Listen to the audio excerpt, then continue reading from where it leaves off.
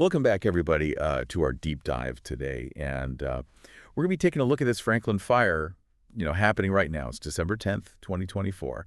And Malibu is in a crisis with this wildfire fueled by, those crazy Santa Ana winds. Yeah. And forget the celebrity mansions for a second. We want to understand how this is, directly impacting people, like you and me. Yeah, absolutely. And we've got these firsthand accounts from, families that are having to flee the flames. Oh, wow. And we've got some updates from city officials and also reports from journalists that are actually, on the ground there. Oh, wow. That's pretty amazing access. Yeah. So, what really strikes me is how fast this fire spread, And Yeah. overnight it just exploded. It's crazy. Malibu is that narrow strip of land between the mountains and the ocean. Right. And this fire, it jumped the Pacific Coast Highway. Oh, wow. And it even threatened iconic spots like the Malibu Pier. Wow. And then it even reached the ocean. That's how fierce this thing is. Yeah, it's unbelievable. I mean, it's just terrifying how fast it all happened. Yeah. One resident, Tyler Linsuk,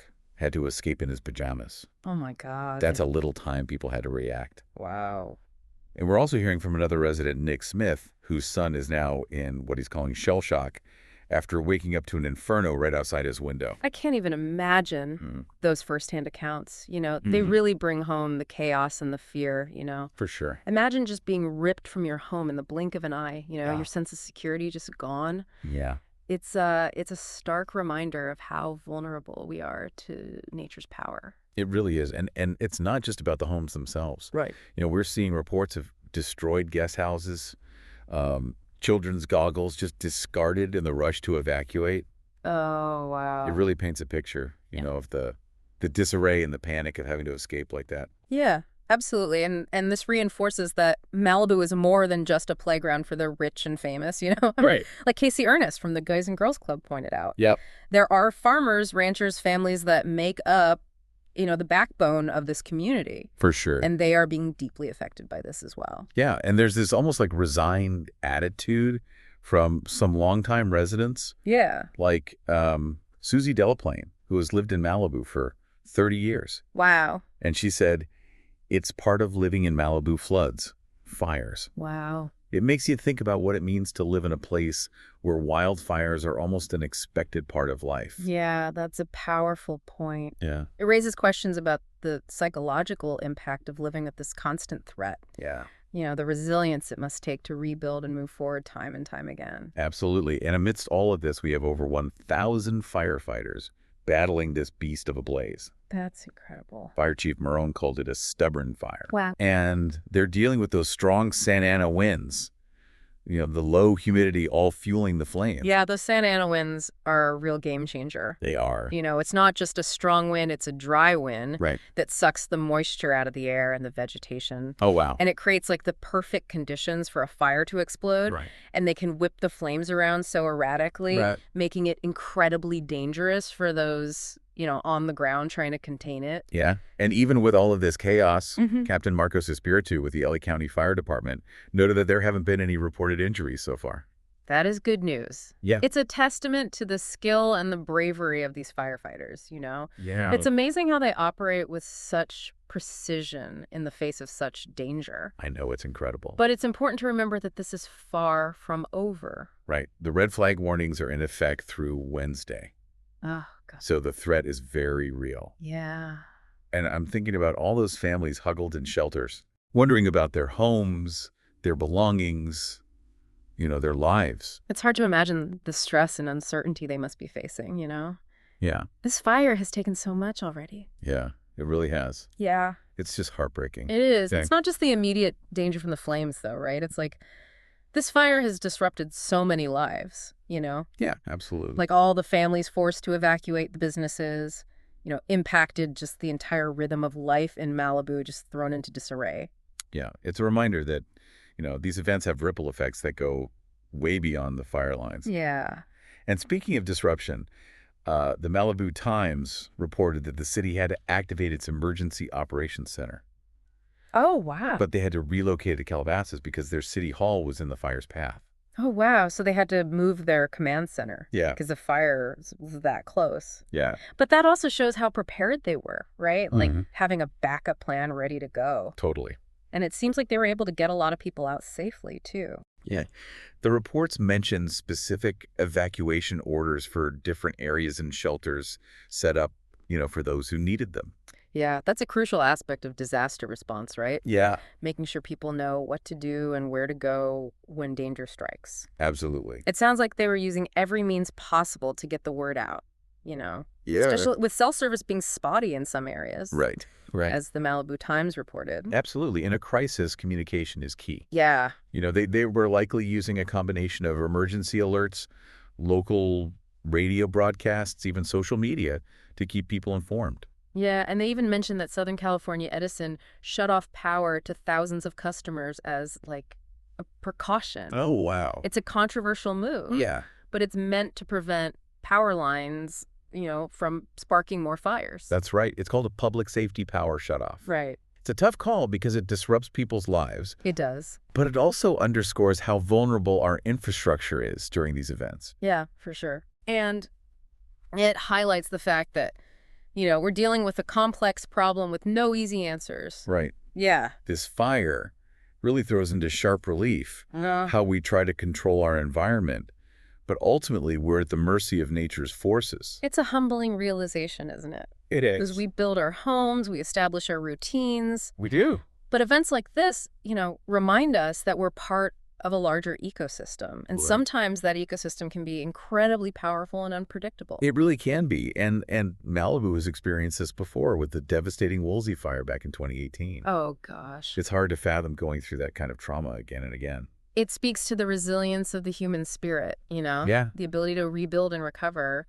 But it also begs the question, Yeah. what kind of toll does it take to live with that constant threat looming overhead? Yeah. Reading through these accounts, it's easy to get caught up in the big picture of the fire. Right. But each one of those homes represents a family, a life that's been disrupted and likely changed forever. That's so important to remember.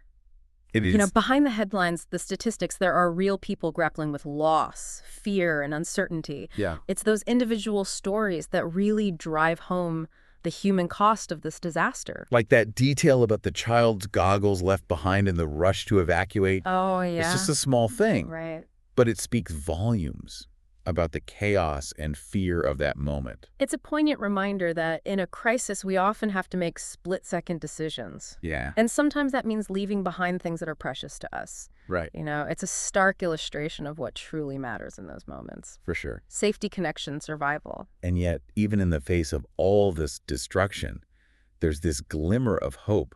Oh, yeah. Firefighters reported seeing a mountain lion cub and hummingbirds amidst the smoke and flames. Wow. That's almost unbelievable. It is. It is remarkable, isn't it? It is. It's a testament to the resilience of nature. The ability of life to persist even in the most challenging circumstances. It is. It's a reminder that even after the flames are extinguished, the process of healing and regrowth will begin. It's a powerful image. Yeah. And it makes me wonder, with those red flag warnings still in place, how long before they can even begin to contain this fire?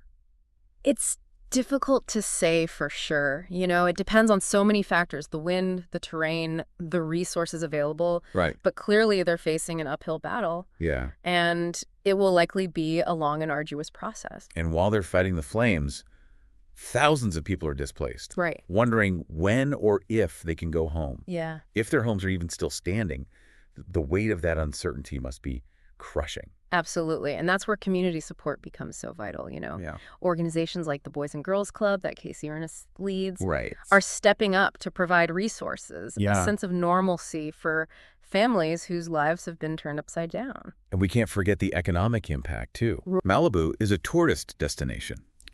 Yeah. And this fire is going to have ripple effects on businesses and livelihoods for months to come. That's right. The economic consequences can be far-reaching and long-lasting. Yeah. It's another layer of complexity to consider, Absolutely. as the community begins a long road to recovery.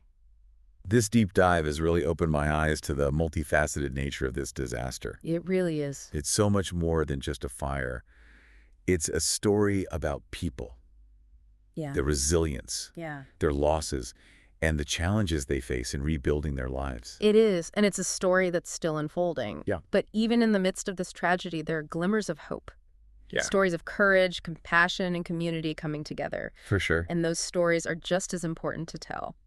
You know, it really hits home that this could happen anywhere. Yeah. We're seeing these intense wildfires becoming, more and more frequent all over the world. Right. It's a stark reminder of how climate change is impacting our lives, such a tangible way. You've hit on a crucial point there. Yeah. The Franklin Fire isn't an isolated incident. It's part of a larger trend. Yeah. As temperatures rise and droughts become more severe, Right. we're creating the perfect conditions for these massive wildfires. Right. It's a global issue that demands our attention. It really does. And it's definitely a wake-up call. Yeah. It makes you think, what would I do if I had to evacuate? Right. What would I grab? Yeah. Where would I go? Those are important questions to consider. Yeah. Having a plan in place can make all the difference in an emergency. For sure. Know your evacuation routes. Right. Have a go bag ready with essentials. Right. And most importantly, stay informed. Stay informed. Yeah.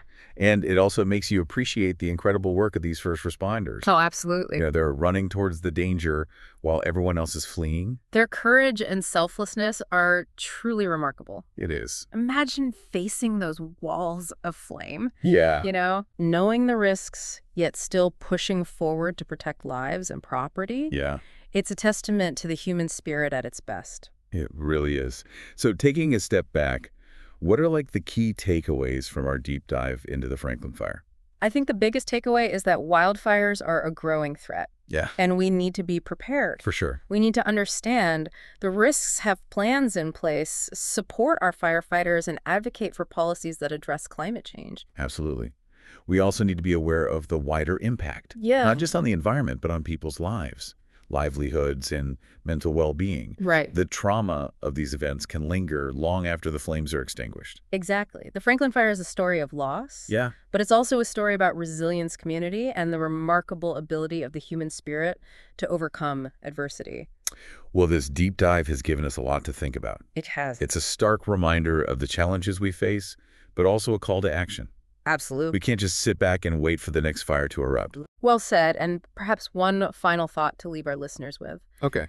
We've talked about the physical and emotional scars of the fire. Right. But I wonder about the long-term impact on Malibu's identity. How will this experience shape the community's relationship with the environment, their sense of place, their vision for the future? That's a really good question. It's something to ponder, Yeah. as we witness the resilience of the human spirit in the face of adversity. Well, thank you for joining us for this deep dive into the Franklin Fire. Stay safe, everyone.